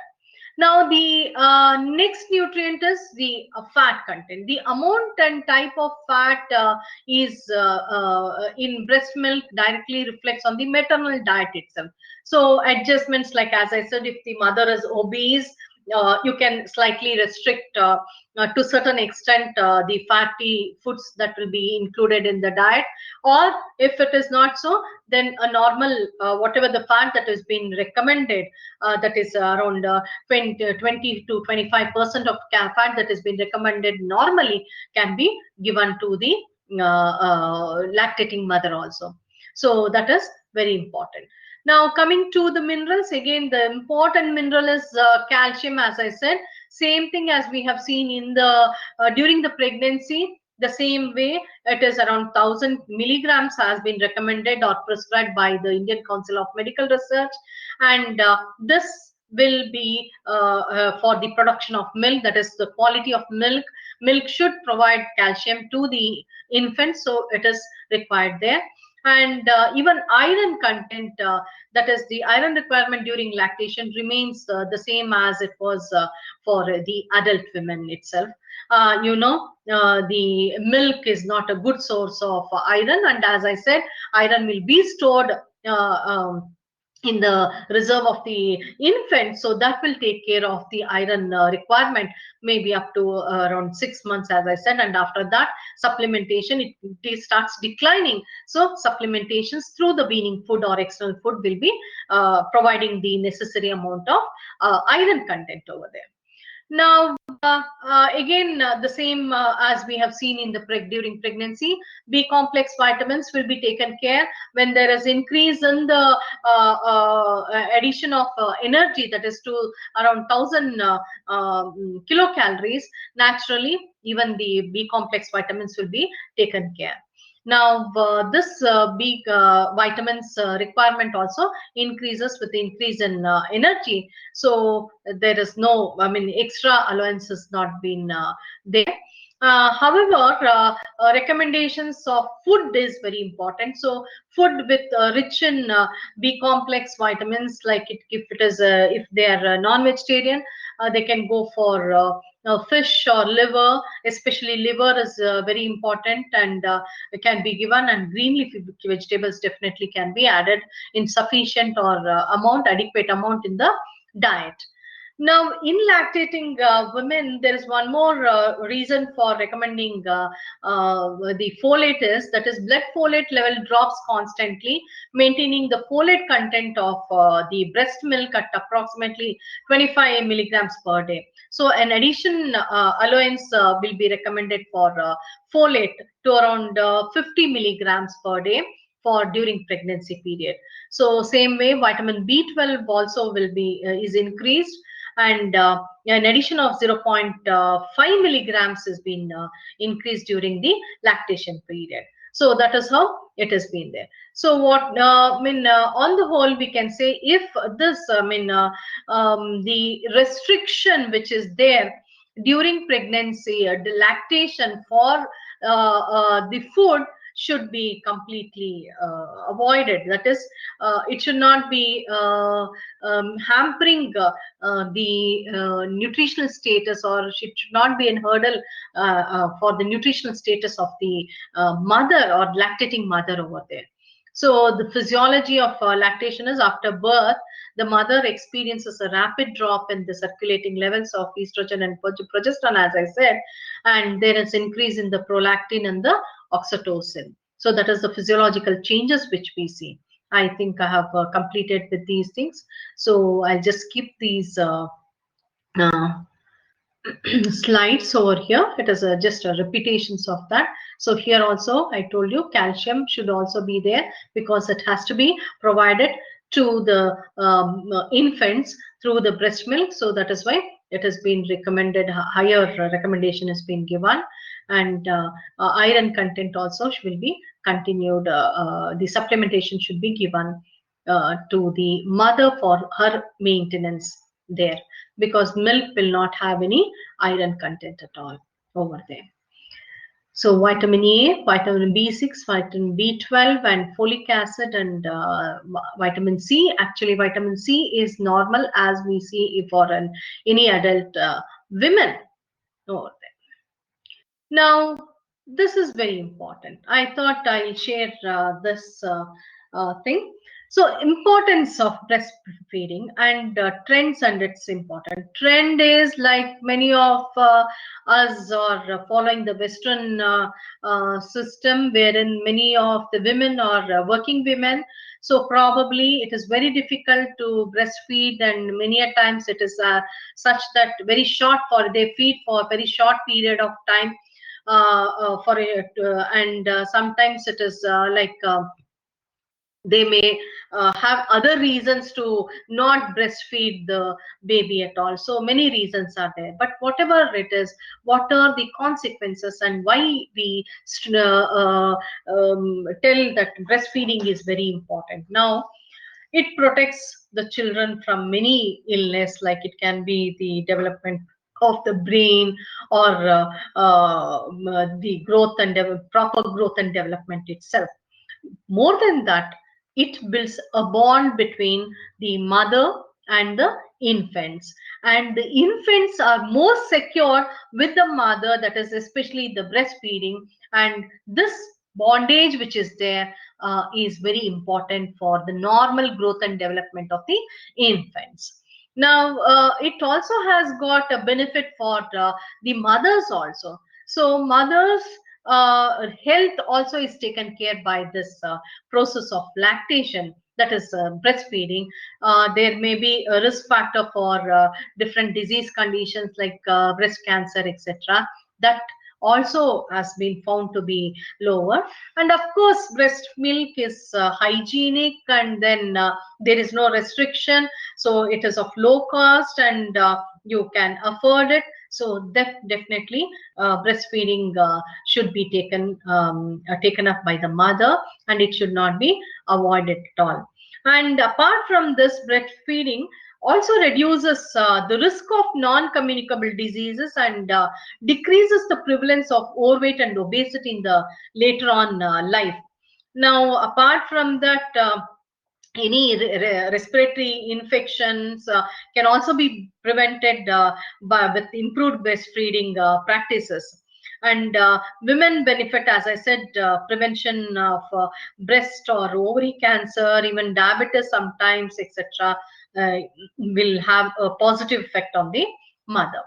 Now, apart from this, I thought even colostrum is also very important. In fact, we will be studying this in the infants also, but I just wanted to introduce that here also.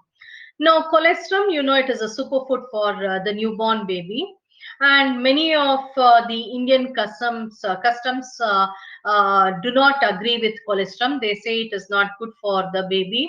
But however, now since people are educated with this regarding this through nutrition education, and emphasis being made for the consumption or giving colostrum to the infants, this has become, I mean, now the consumption of colostrum, or feeding colostrum to the infants or newborn baby has now been improved a lot.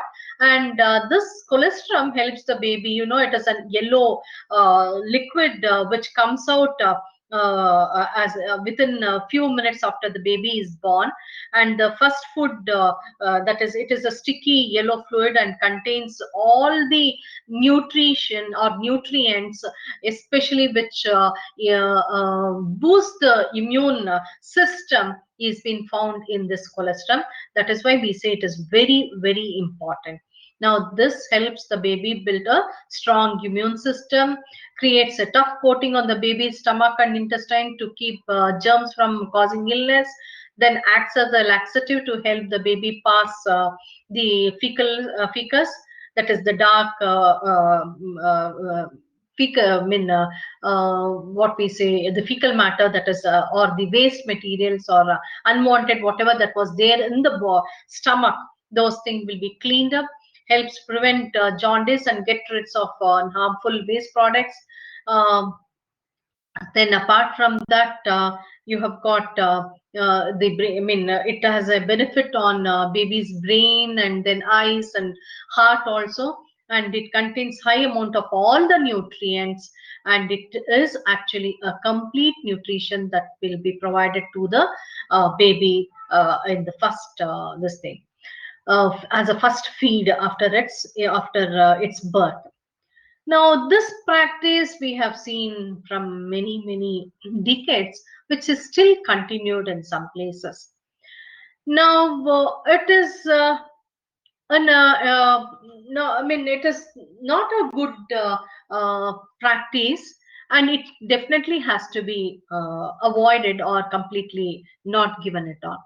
Here, what we usually do is, as soon as the baby is born, we have a notion that milk will not be secreted. And of course, the yellow milk is not being given because we think it is not good for health. So, what we do is usually, as the first feed, what we do is we give some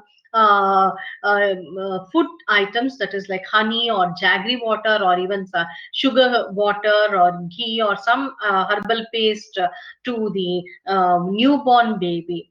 And this sometimes may have consequences also. That is why it should be completely avoid. Such type of feeding should be completely avoid. So it is better to go for a healthy colostrum feeding rather than such type of food on the first day of the infant's or newborn's life. Now, as I mean, just to summarize, lactation is a period where again nutrient demand continues, and this has to be taken care, where there should not be any restrictions that has been followed from many by our ancestors. It should not be where there is restriction of all the rich foods, and even sometimes green leaf vegetables, and all the vegetables has been restricted. Only limited water and limited food has been given to the lactating mother, thinking that it all the water accumulated in the body should be removed off, and sometimes even the fat should get burned off completely, so that she regains her normal weight. That is the intention, but that should not mean to restrict the vegetables and the water. It is very essential to reduce the weight that or the fat content that had been accumulated during the pregnancy period. So that is why, and of course, for the elimination and complete digestion also, these vegetables and fruits and enough amount of water should be given to the lactating mother. So that is very important. And of course, it is not just her own requirement, as I said, it is the to take care of the requirement of the infants also. That is through the mother's milk, the nutrient should be provided in a sufficient amount, so that she can nourish the infants in a proper way. So, and the production of the milk which is there should be qualitatively and quantitatively very good. So that is why nutrition is very important. Now, just to summarize the episode, both pregnancy and lactation is a period, we call it as the physiological changes that takes place in the women, and they are equally very important. To start with, the mother who is going into pregnancy should be in a healthy condition, should have a nutrient reserve in a optimum level, so that she can give, that is the outcome of pregnancy and the success of the lactation depends upon the mother's nutritional status. Now, during the pregnancy period, in the first trimester, much demand is not there. However, the second and third trimester, there is a demand for all the nutrients, so it has to be taken, it has to take care of, we have to take care of it. And nutrition should be given in a proper manner, and in a proper way, so that there is no probably you have to take care of other problems like the diabetes or the hypertension, which can be induced during the pregnancy period, gestational diabetes or hypertension, which is there, that also should be taken care. In such cases, you need to avoid certain items like sodium can be avoided, and it can be minimized also. Now, whatever the nutrients that has been given, it is not just for the mother, it is for the growth of the fetus, then amniotic fluid, placenta, enlargement of the uterus, then the that is mammary glands, that is production of milk, preparation of mammary glands for the production of milk. So, and the reserve should be there for the to take care of the outcome of the pregnancy. So that is why you're going to concentrate on the nutrients during the pregnancy period. Now, coming to the lactation, again it has to continue, because whatever the loss that might have occurred during the course of delivery, and those things had to be replaced, and then the mother's nutrient should be taken care. And of course, the production of milk is again one more additional component, which will also demand for the extra nutrients, so that there is successful lactation will be done. And breastfeeding is very important, and it has got plus points for both the mother as well as the fetus also. So the bonding between mother and the infants after the birth also will be there, not just during pregnancy, but it continues during in the later on stage, that is in the lactation period also. So to build up that, even during lactation you have to take care for a successful lactating period. So this completes the nutritional requirement for during pregnancy and lactation. Now I'm going to unlock your microphones and webcams. So if you have got any doubts, definitely you can ask related to the subject what we spoke on today in this episode.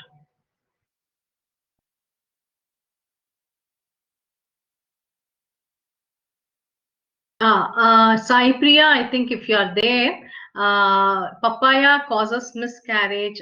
How much of papaya, what type of papaya you are eating is very important here. It is a notion or a belief that is there. Of course, anything excess, even for a normal human being, it can have some consequences. So raw papaya usually are referred to have some effect, but definitely ripe papaya once a week in a small amount or quantity definitely is required, because vitamin A supplementation is required for the growth and development as well as the vision of the fetus. So there is no restriction as such for of papaya. Okay. And Raghav, what is the normal energy and protein requirement for adult men per day?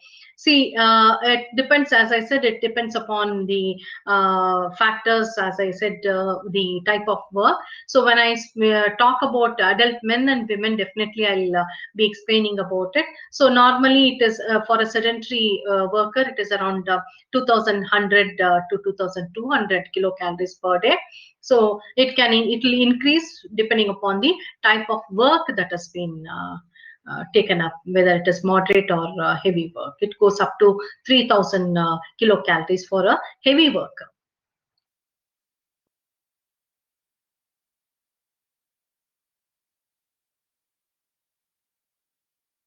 Okay, minimum for how long a mother should lactate. That is, yeah. See, it depends. Like usually, we have this thing like 1 year is very important. Definitely, 1 year is very important.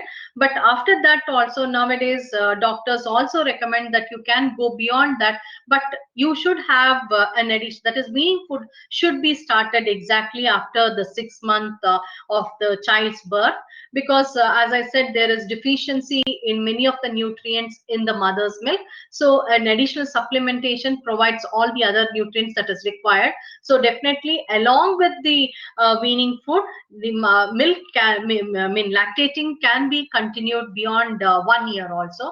up to 2 years, it is no problem. So feeding can be continued. So that is it. It also has got a benefit, like it avoids again, next pregnancy also. That is one plus point which we have got if you lactate if you breastfeed the baby. Yeah, I think Hajira, you have understood. Yeah, Prajwal, ma'am, there many women who will have craving towards eating. As I said, it is pica, what we call it as.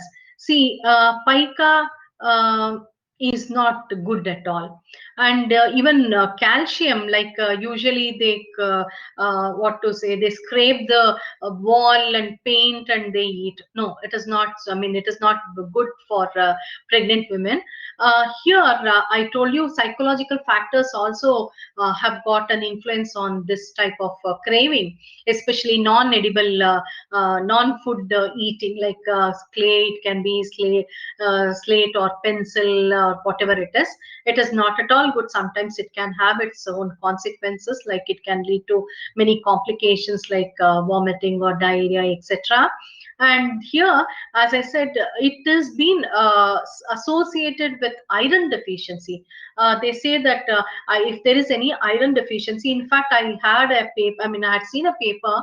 It is not just even in pregnant women, even in children also, especially preschool children, they have this type of craving for eating many things, like even chalk piece, etc., which is rich in calcium. So we have seen there also, and there are a few papers which states that when there is a iron deficiency in the individual, they go for such eating of such things over there. Definitely, it is not good, or it doesn't have any benefit at all. And in especially in pregnant women, one, I mean, there is no caretaker or someone who can stand slow together with the during pregnancy. In such cases, when there is depression, such women may go for such kind of things. Okay. Now again, Raghav has asked, folic acid requirement for women in pregnancy is 100 milligrams per day as per ICMR, is 400 microgram it is. See, 400 milligrams, I told you, for not this thing, folic acid. It is 100 milligrams itself. Okay, Sai Priya, ma'am, if baby is born underweight or overweight, what should be the meal planning for newborns? Definitely, from 1 to up to 6 months, it has to be taken care by the mother's milk itself. Definitely, after once after 6 months, when you start introducing weaning food, probably you can include certain types of food which will take care of. The weight of the child also, and nourishing food can be supplied and it has to be continued up to the preschool also, when if the baby is born underweight. Nausea and vomiting need not be hereditary. As I said, some people have got, some women have got just for first trimester. Some may continue up during, probably before pregnancy, I mean delivery also, it may have got it. Yes, I can say either also. Like it may be hereditary or may not be.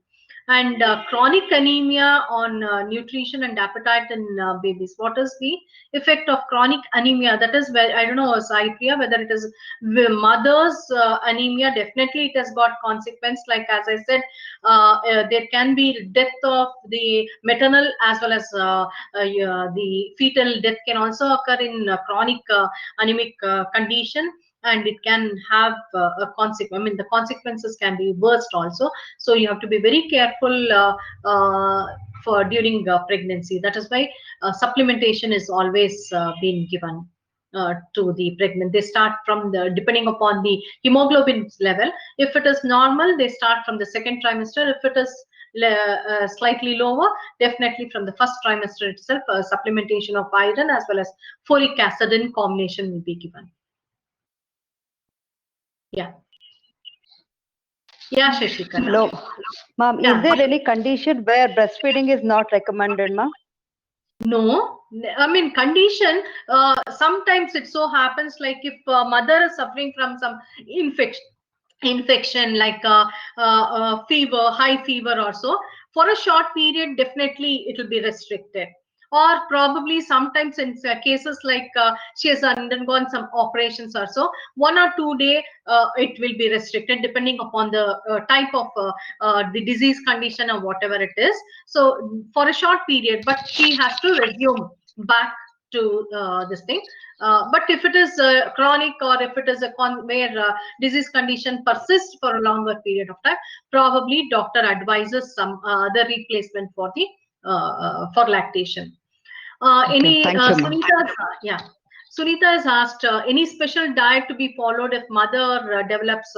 Yeah, I told you usually this diabetic that is there during gestation period, definitely even hypertension or diabetes. Usually, they when doctors recommend to lower the consumption of sugars.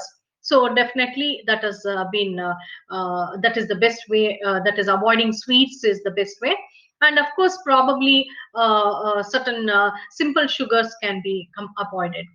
Okay. Vidya, why does some pregnant ladies are recommended bed rest during pregnancy? As I said, physiology depends varying of like if the that is health of the uterus is not proper. Sometimes there is sagging of the uterus due to various reasons. Then number of pregnancies.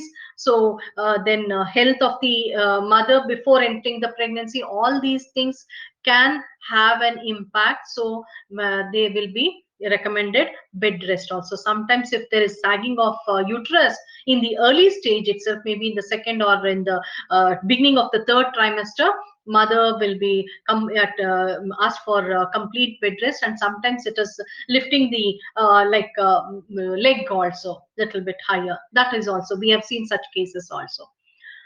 Sai Priya, can pregnant women can take collagen supplements during 6 to 8 months period for better growth of? No, not required. Calcium supplementation is more than enough.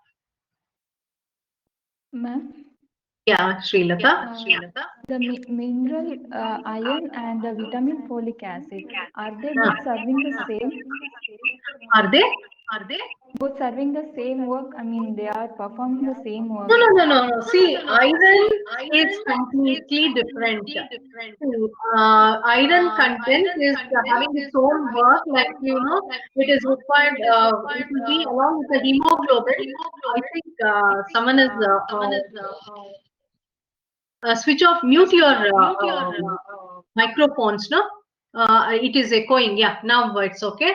Yeah, iron, it has got its own function. That is, it has to take care of the supplement supplying oxygen to all the cells in the body. So that is important function which is being taken care by iron. And any deficiency can lead to the consequences. There is no supply of oxygen, and naturally carbon dioxide gets accumulated.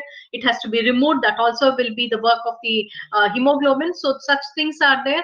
And of course iron has got other important functions for the normal functioning of the brain, etc. That is again supplying oxygen is there. So that is why it is very important. And vitamin E, it is go for the growth and development. And apart from that, the vision, that is during the second and third trimester, there is growth and development of the organs, vital organs. To take care of such like vision and other things, vitamin A is very important. And folic acid Folic is acid, I said about. associated with the iron absorption. So both are they are depending upon each other. So definitely it is very much required. Okay. Okay. Uh, any special diet recommendation for young mother or pregnant women? Yeah, definitely young mother, especially adolescent mother.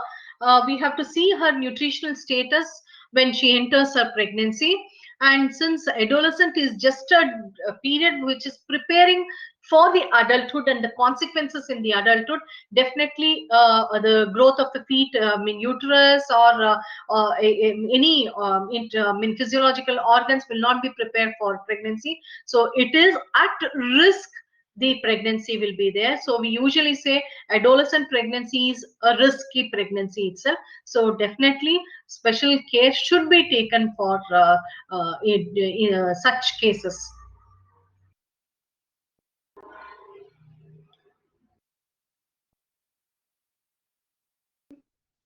Sir, namaskara. Nageswara. Yeah, Divya Lakshmi. Madam, all these till seeds and pineapple and papaya, generally, whether it is folklore or in regular practice, we have seen that they are asked not to be consumed by the pregnant women. Maybe should we think in terms of all these things are being containing phytoestrogens. So maybe these estrogens, will they be having some bearing on the pregnancy? Because due to craving, they may be eating frequently all these things, maybe till seeds or even the pineapple for that matter, and even papaya. Raw papaya nobody eats, but maybe the phyto estrogens, are they in lesser quantity in the ripe form, madam? Because you said you can use papaya in ripe form and not Ripe in papaya, I told you, see, ripe papaya should be used once in a week, I told you, and the quantity that you consume is also very important. See, once in a week, just a small amount, like 50 grams, that is one slice, definitely doesn't affect at all. Okay, so it doesn't affect at all. That will not have. Raw papaya, what I said, it is not the green one. Sometimes unripe papaya, what we say. So such things also they try to eat. And still also, I mean, like the psychology of the women, I mean, we have to take into consideration that also, as we have seen in the craving, that is pica, what we call it as. Those are edible foods. But here, it is not unedible. It is edible food itself. But they have got some urges to eat. Thus, such things definitely should be avoided. Okay.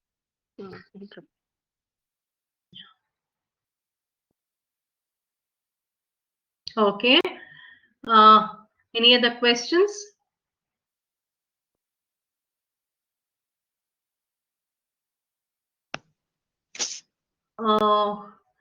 Recommended or good age for pregnancy? It is adult itself, as you know.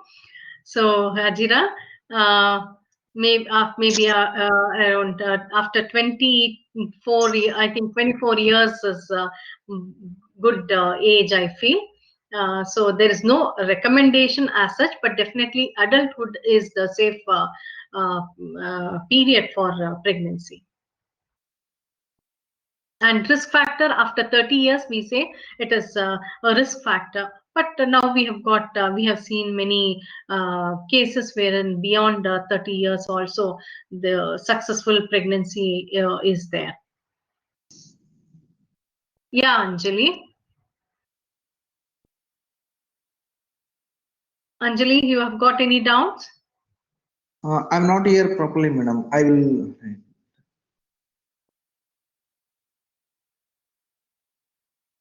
Hello. Yeah, tell me, sir. Tell me. I'm not here properly, madam. I will. I will connect again. Okay, okay, fine, fine, fine.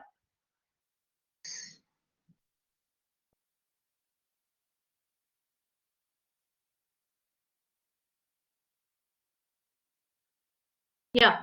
If you have got any doubts, I think you have my number. You can personally ask the questions through WhatsApp itself. You can call directly, write to my personal number, and then clear your doubts also. Yeah, Hajira.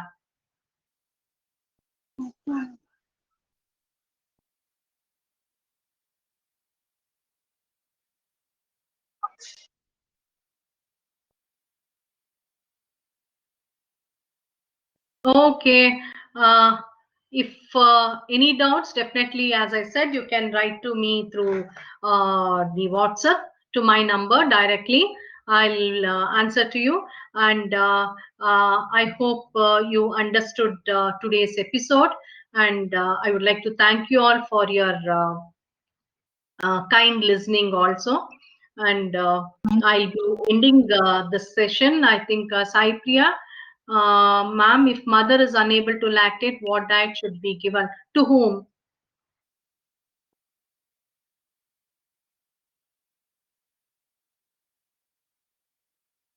Whether it is mother or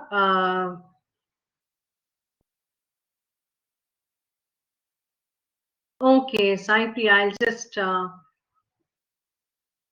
the baby like extra milk is been given depending upon the situation, like maybe the child, the baby or the infant is allergic to some lactate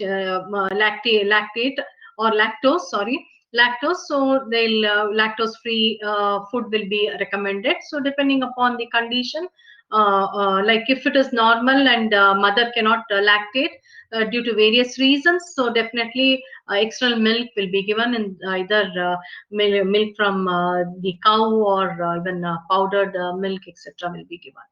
And mother continue for, I mean, the same thing, whatever the loss that has been occurred during the course of delivery, that has to be taken care, isn't it? She will be deficient in all the nutrients, because she'll have lost all the things during the course of delivery. So those things has to be replaced, and definitely she has to be given good nutrient, and diet should be followed. That is, a proper healthy diet should be followed at least up to 6 months of after delivery, whether she lactate or not. Tomorrow I'll be continuing with the other topics. Maybe I'll start with infants itself tomorrow. Infants, toddlers, and preschool age. We'll just continue with those topics. Okay. So I think I'll end the meeting. Thank you once again for your kind silent. Thank you, Yeah, ma'am. Shilpa. Yeah, Shilpa. Okay. Thank you, sir. Thank you.